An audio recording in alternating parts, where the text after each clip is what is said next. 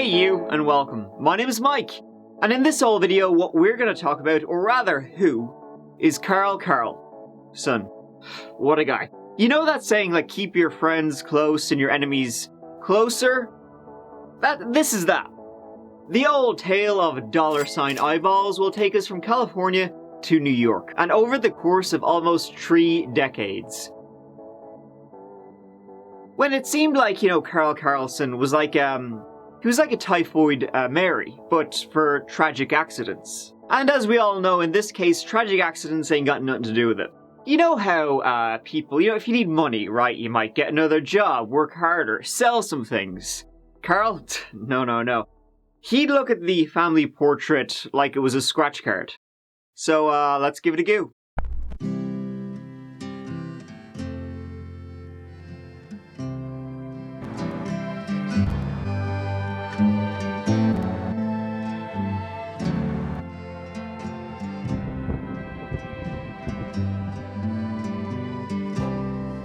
In this one I'm trying to think, where should we begin, right? With the fire or the car falling?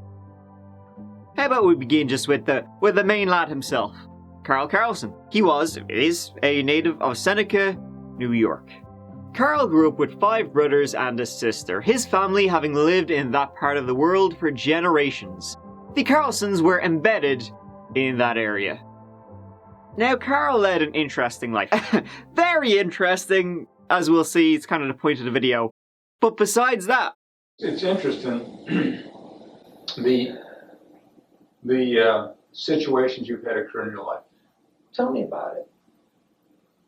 I look back at it, and I look at it, like it doesn't strike twice. No, it strike, well, I'll tell you what. When friends get around, and we talk about that, and it's like, there's no way. How can one person have this much happen? Well, you tell different stories to a lot of different people. He was in the US Air Force, one of his jobs being transporting nuclear missiles, which is gas. On the farm he grew up on in Seneca County, near Seneca Falls, he raised horses, prized Belgian drafts, so very good. And Karl would have 3 children. That's Aaron, Levi, and Katie, with Christina his first wife. Christina would pass away sadly on New Year's Day, 1991. So that's 1 down, and Karl would meet Cindy Best in a Yeehaw line dancing club in November 1992, and Cindy would become his second wifey in 1993, part of a ready-made family. And it would be Cindy who would make this 911 call on November 20th, 2008. 911, what's location of your emergency? Yes, a truck fell on my stepson. Okay, are you with your son right now? He's not alive. Is he breathing? No. He is not breathing. Okay. No. Okay, we're gonna start CPR, okay? Carl, do you want to start CPR? Do you know CPR? His chest is crushed. His chest is crushed? No. He's probably been under here for hours. Okay. Oh my God.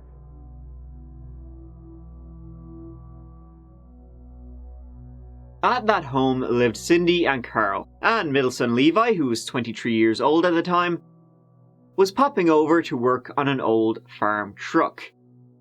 Levi wasn't too close with his dad. He was a goofy fella and a big heavy metal music head. Levi had moved out at 16, not for no good reason. Karl could be a real hard ass.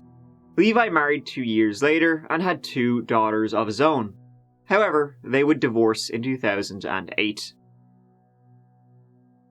On that cold November day, Levi had popped over, working on the truck. He was working underneath it. Karl and Cindy were inside the house, getting dolled up for a funeral they had to attend.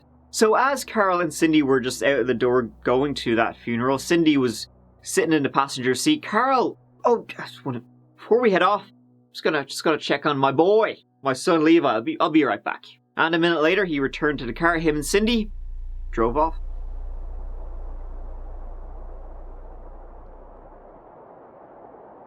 Four hours later, they return to the house. They see Levi's car still there. Shouldn't take that long to fix up the truck. And they pop the head in to the garage. Levi had been crushed by the truck, and that 911 call was made by Cindy. Oh my God. The truck had been jacked up on a single jack, and, well, it appeared like it had fallen off and crushed him to death. Crushed his chest. Yeah. Horrible way to go. Honestly, it seemed just like a very tragic accident, but one that, was waiting to happen, a single jack for a truck, especially if it was high up, that's bad idea time. Well, it looked like what it looked like. There was an investigation, but, it was pretty straightforward, wasn't anything kind of nefarious or suspicious there, to see. Never is in these cases. That is until, Karl mentioned, hey, Cindy, wifey, get a load of this. Levi, he had a life insurance policy. That worked out well. Not only that, Karl had actually driven Levi to a life insurance guy about 2.5 weeks before the accident happened. This was because, well, Levi, he had 2 young children. He worked in a glass factory and got to make sure they would be taken care of. But oh look at this, sole beneficiary is Karl Karlsen. The reason his dad, not his kids, would be the beneficiary was that Karl had actually paid the first premium on that life insurance policy. And it would be worth 700 big ones. Not bad. Should have more accidents, right? Well, there will be more in the story, but there was a hell of a lot more before this one. It turned out that Levi had left a handwritten will, basically saying Daddy was going to be the executor and to make sure the money went to his daughters in the event of his death. Tick mark beside that. And Karl, of course, was like, yeah, sure, of course I'll make sure the money, it's a lot of money, I'll make sure it goes to my granddaughters, your daughters, wink, wink. The only person who knew anything about this was Cindy, and she would keep it to herself for about 3 years. Karl got the money that, that was supposed to be for the grandchildren. Did it go to the grandchildren? Fuck no. Instead, Karl and Cindy set up a gourmet duck business. Alright. New cars, holidays, the whole shebang. Over time, Cindy began to, become more and more suspicious. She thought something, is a bit odd. And she also knew what happened to Karl's first wife, Christina, which we will get to. And this was wasn't sitting right with her. She would eventually leave Karl. Accident, me bollocks. And then, Cindy, she thought to herself, hey, I have a life insurance policy. Uh-oh. She'd be worth 1.2 million. Quite a pretty penny. She eventually took her suspicions to the police, and they put a wire on her. The first time, Cindy went to meet with him under the pretense of getting back together if he told her the truth, if he confirmed her suspicions about what happened to Levi. Allegedly, he did, admitting to murder. But the recording is, you'll see. If you said yes or no to what I ask you, then I would know that you want to move forward. But I can't get back with you without you telling me the complete truth. Could you tell someone?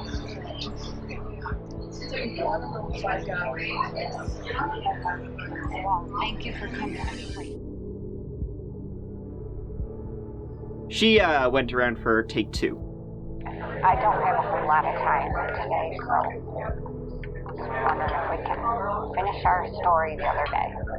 Can you just tell me how things went that day so that I just know in my head? I mean, you're sorry about it, right?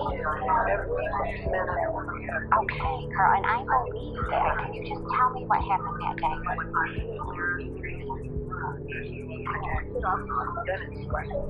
It's slick. That's not what you told me the other day. That's not what you told me, Karl. No, what you told me. I asked you if you pushed the truck. You said yes. I said I did nothing to do it, but I said I took advantage of the situation once it happened. This isn't a trap. A trap? Like what kind of trap? Can you understand where I'm coming from? Well, I can understand, yes, where you would be scared. But you're going to have to trust me, Karl.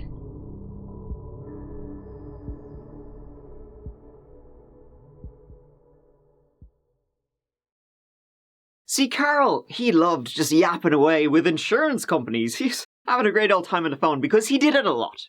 Right, in 1986, he bought a brand new Mustang, which just happened to burn to a crisp while sitting in his driveway with like nothing inside of it. Of course, it was insured. Then, in 2002, some of his prized Belgian draft horses died in a barn fire. Insured. And of course, Karl's first wife, Christina.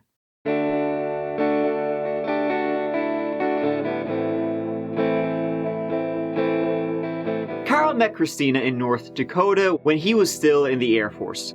By 1986, Karl and Christina were married, and he brought her back to Seneca to meet the in-laws. After Karl was discharged from the Air Force, they would move to New York to start a family. And they would. Karl worked in a local stone quarry, while Christina raised their 3 babas. However, this just wasn't enough for Karl. He wanted more, he likes, bills. So when Christina's dad, who lived in California, Christina was from California, when her dad said to Karl, hey, I run a HVAC company. There's a job over here on the West Coast if you want it. Karl, big dog's gotta eat, am I right? He grabbed it out with both paws.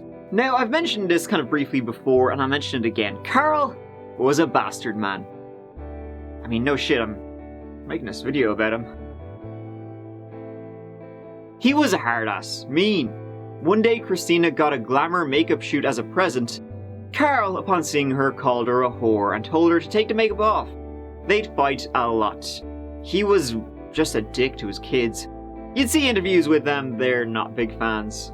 So, Karl, Christina, and their 3 young children moved to Murphy's in the Sierra foothills, and life was hunky-dory to a, observer, I guess.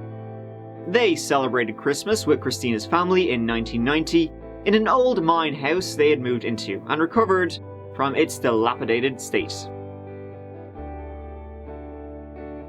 And it was on New Year's Day, 1991, that this would all burn to the ground. That New Year's Day afternoon, Levi was sleeping in his room, as were Aaron and Katie in theirs. Christina was running a bath. In the meantime, Karl, according to himself, was working on a fan in the attic and then went to the garage. He was working away in there when suddenly he heard Christina screaming for him. He ran out and saw his house being engulfed in flames. Karl, he went into full action man mode. Hero dad, He ran up to he broke Levi's window, dragged him from the outside to the outside, then ran to the girls' room, broke their window, dragged Katie outside, dragged Aaron outside. He put them in his truck, and then he tried to go into the house for Christina, but the flames prevented him. So he got himself and the kids into the truck and drove for help. Christina was found dead in the burnt-out house. She died of smoke inhalation. Curiously enough, the bathroom window was the only window in the house boarded up, like no easily breakable glass, done just days before, after Karl said his wife she broke the window by accident. This video was taken by Christina's family who were, well, suspicious and needed a couple more answers at least. Karl said that by the time he got the kids out, he couldn't get near the boarded up window to rescue his wife. So Karl's story about how the fire actually started was that they used kerosene heaters in that house, and they had a big jug of kerosene there, and one of the pets, the dog or the cat, it knocked it over. It must have knocked it over, right? And then, that light he was using in the attic, it must have fallen and, hey, the house went up. Now, one of Karl's daughters, Erin, She would later say that when Karl, he got her out, he kind of put her out in the truck or whatever, she was kind of watching him as he went back to the house to rescue Christina. And he was just kind of like milling about, like making absolutely no attempt to get back into the house or to try and, break down the board covering the window to the bathroom where she was. He was just there, like, having a smoke, putting the kettle on, having a cup of joe.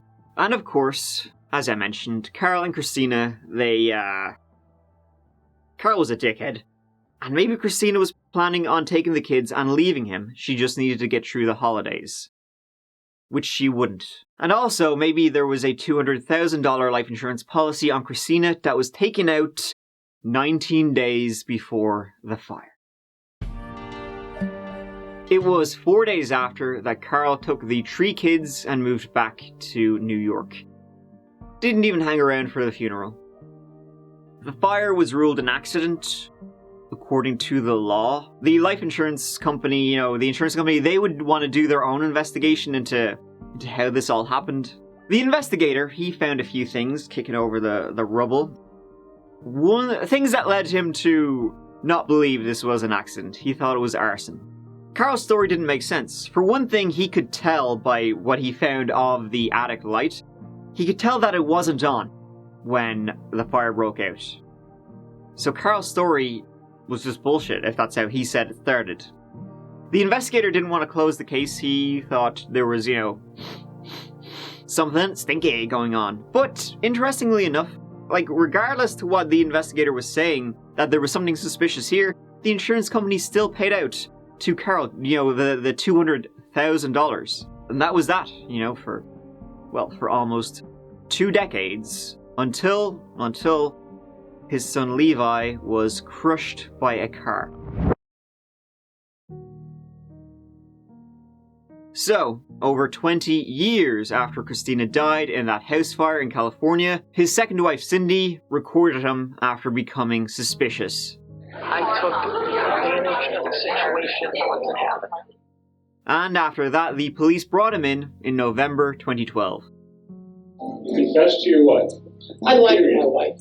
What is that? You have a wire?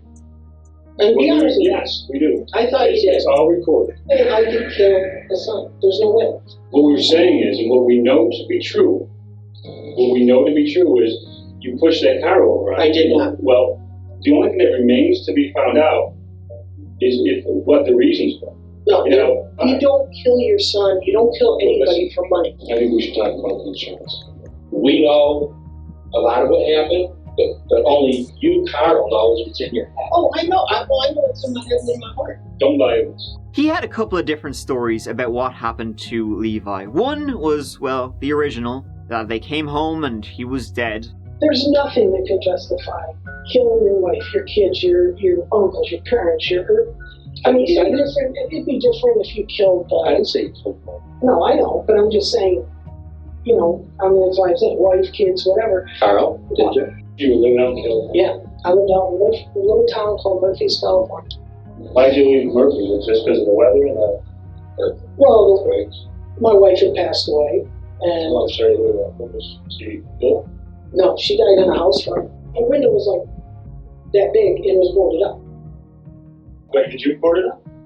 What's that? Did you board it up? Yeah, we had to because it was no good.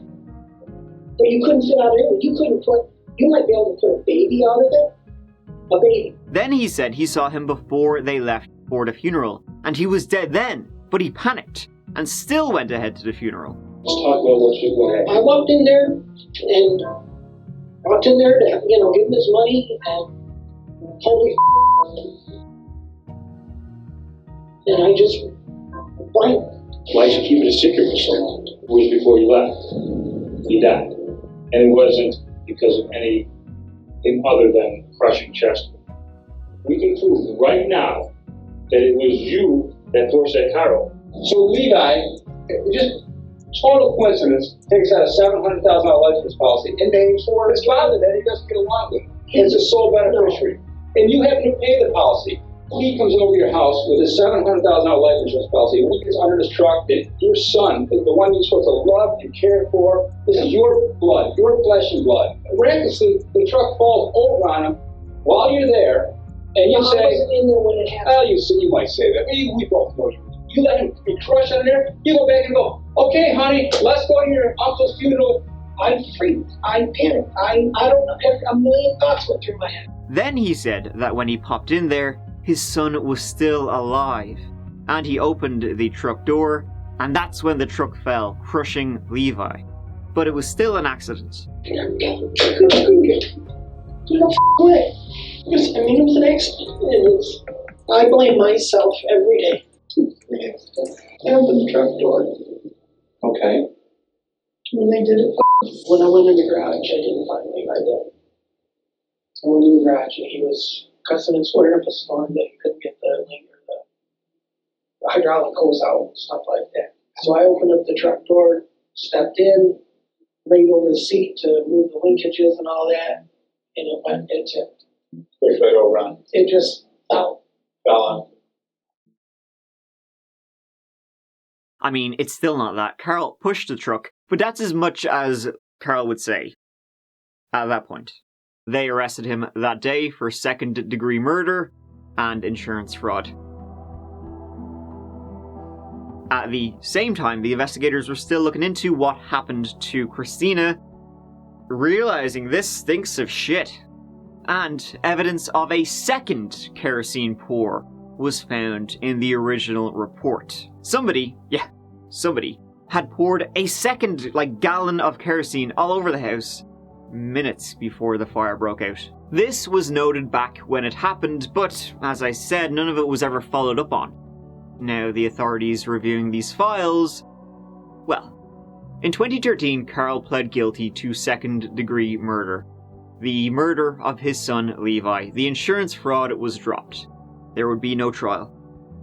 He admitted that he jacked the truck up on a very, single, unstable jack, and Levi got underneath. When he did, Karl pushed the truck over and it came down and crushed Levi. But he also said something pretty horrific. Levi wasn't killed instantly. Levi was still alive. In fact, when Karl left to go to the funeral with Cindy, Levi was alive, slowly being crushed to death. How long he lay there under the truck, we don't know, but it makes that whole story incredibly more disturbing. For that, Karl got 15 years to life.